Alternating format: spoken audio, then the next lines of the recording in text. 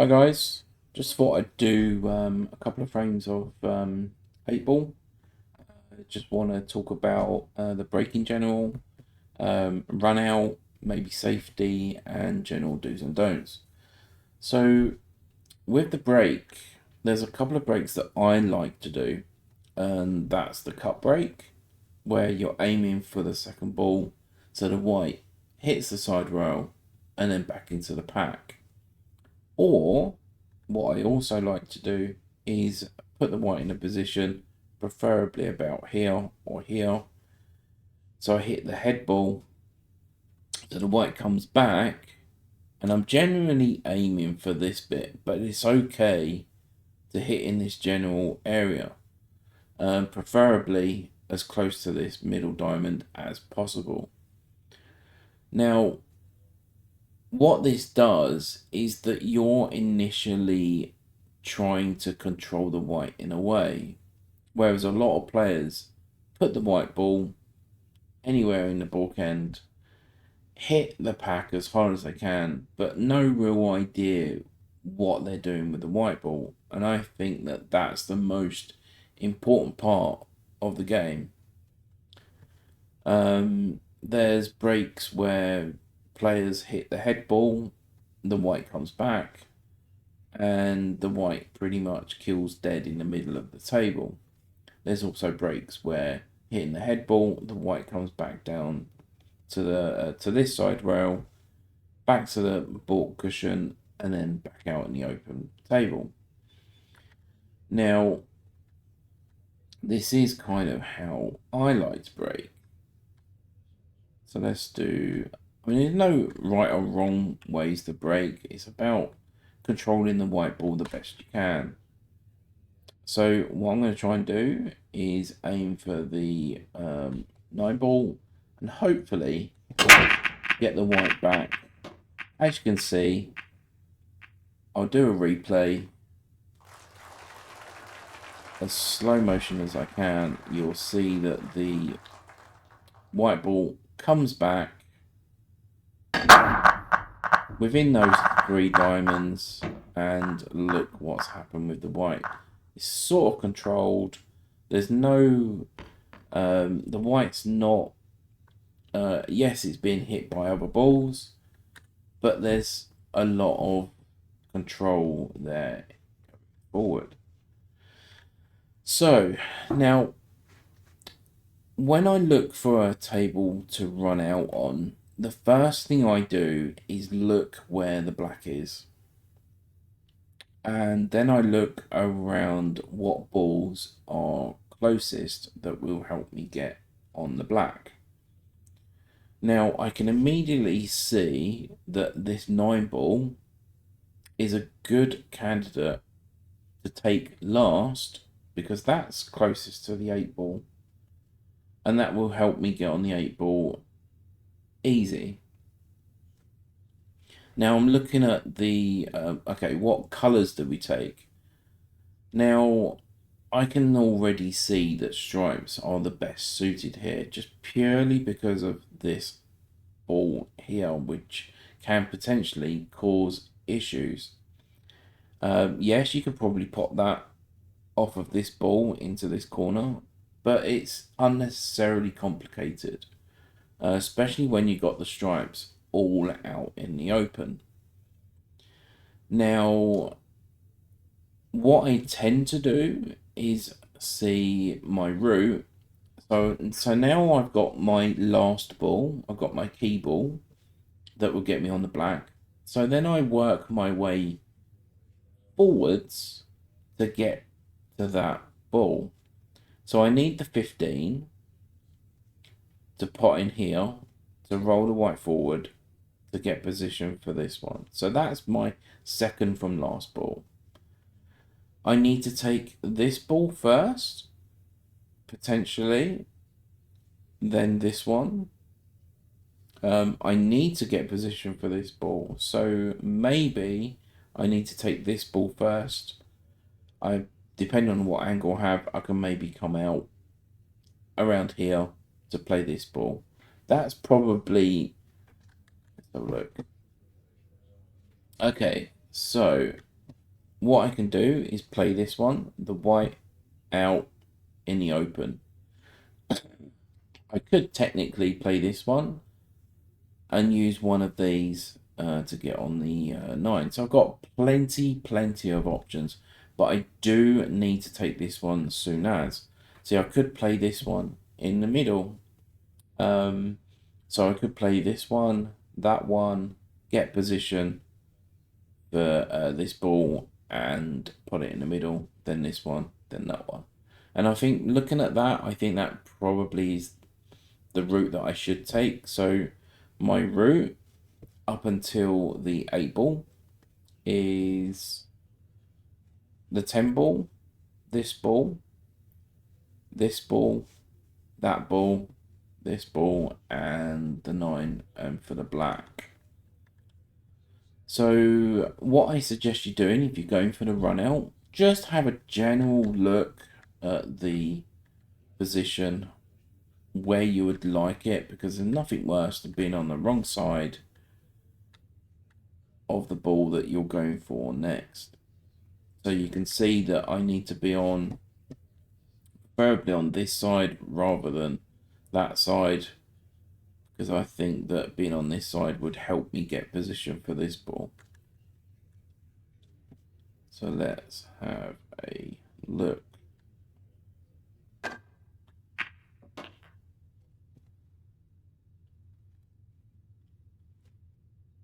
So I'm on the right side, which is good. So now I'm going to play for a little bit of an area. So anywhere around here, as long as I get on this ball into the middle, then we're also good to go. So this is about pace judgment. So I need to get the white about here. So I've got my target. And then it's adjusting the pace of the cue ball. I haven't got where I wanted, but I've got a shot on the 13 ball, which is great, which is what we need. I need to take this ball first, so I need an angle. So I need to be about anywhere along here, which is great. So that way I can get the white on here and then back out this way. So I've got plenty of space to play with. As long as I'm on this side, it's great because I know then the white's travelling that way. So let's make sure that we're putting this ball here. Yeah, a little bit of a distance, but we should be okay. I don't want to hit this hard, so off the back cushion, back out. Again, anywhere I'm behind this general line, the better. So, yeah, it's a little bit tricky. But what you will also notice is that I'm not doing anything with the white ball. I'm doing minimal movements, trying to make it as simple as I can. And as you can see, I'm on the right side, making it nice and simple, and easy on the black. Now, when I say do's and don'ts, now we'll do a cut break, see if we can get any problems, and I'll hopefully give you a indication of what do's and don'ts.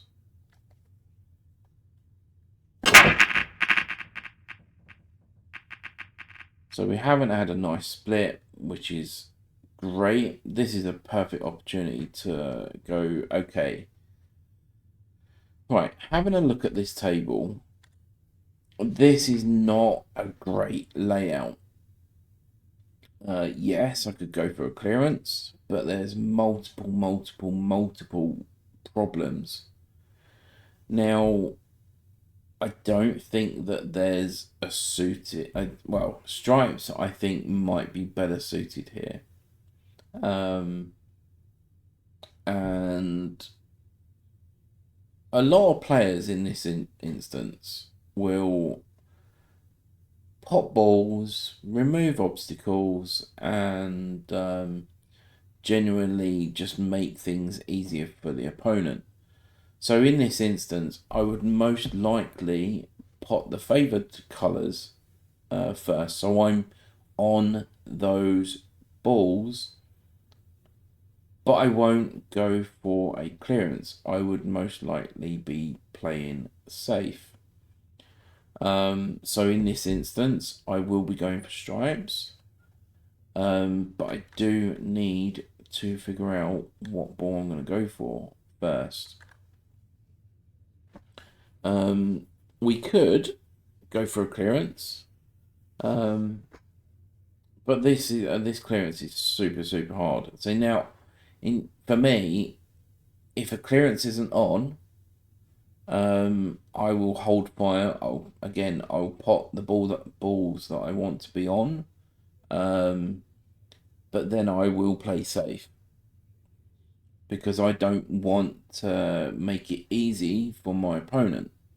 I want to have knowing that I'm going to be back to the table to start making it easy for myself and also making it difficult for my opponent. So when I say that, now if I pop this ball, so let's say that I pop this ball right now and then see what the situation is next.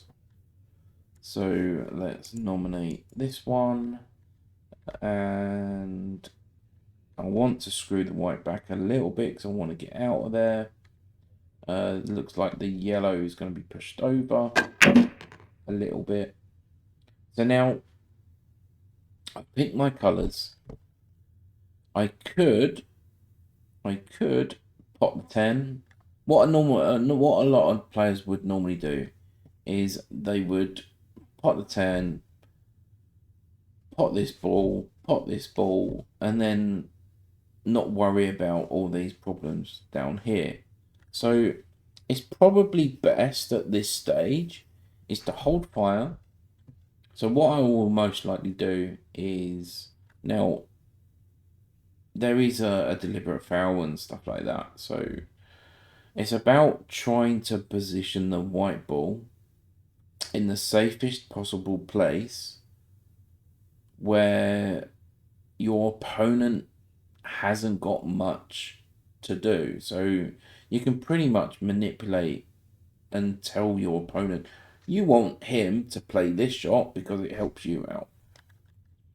But what we're going to do is I'll show you what I mean about when players go for pots and makes it easier for the opponent.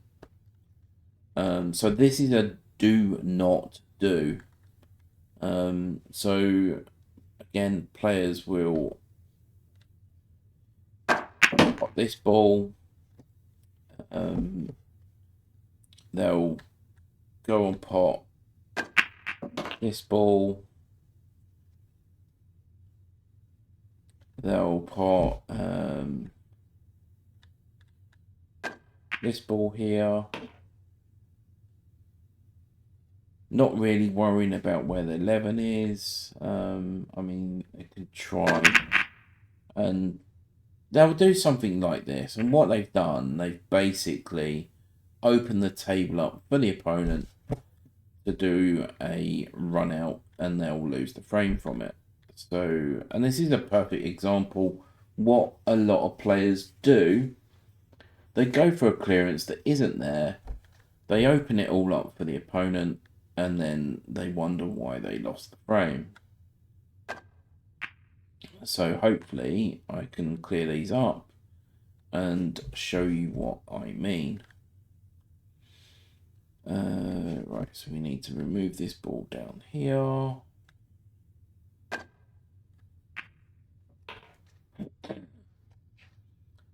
As you'll see, when I play, I rarely do much with a white ball.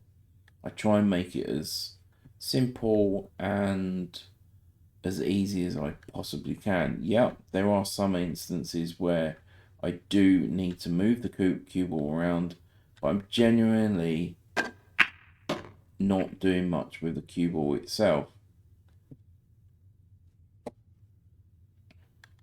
So you'll see that I'll do a little bit of a run through.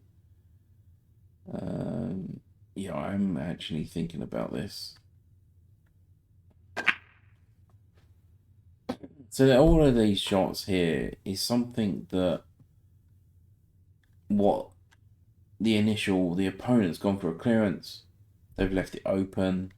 Now it's pretty much does that even go in there? No. Right, so we need. Oh, I've run the ball a little bit too much. I haven't really been thinking about this run out at all, to be honest. Been trying to focus in what I'm saying to you guys. But I think you'll get what I mean. That there's less traffic on the table. It's making it more simple for the opponent where the balls were. I wasn't really focusing on this particular run out. But I think you can get the idea. What you're leaving the opponent is basically less traffic on the table and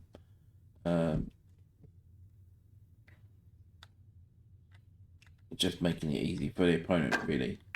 Yes, the stripes ended up potentially winning this frame, but in hindsight, all you're doing is basically making it easier for the opponent. Now I'm just banging balls around in a minute, so I'm hoping that you guys understand what I mean. So do's and don'ts. So what I'm trying to say to you is, if a clearance isn't on, don't go for a clearance. Try and make it as difficult for the opponent as possible. And you'll probably end up winning a lot more frames than you are currently. So do's and don'ts. So do's, weigh up the situation on the table. Go for a clearance if you're 100% sure that you're going to get it. Don'ts, pick the suited colours, play safe immediately. Look at the table when you're playing safe. Genuinely use this just to have a good look at the table and think like, okay, if I put the white ball in this position, what's my opponent going to have? So generally just have a look. And I think that should be it. Yeah, so hopefully this will help a little bit to anyone out there. Let me know. Let me know if there's anything you feel like you need to brush up on, and leave a reply or whatever. Thank you very much.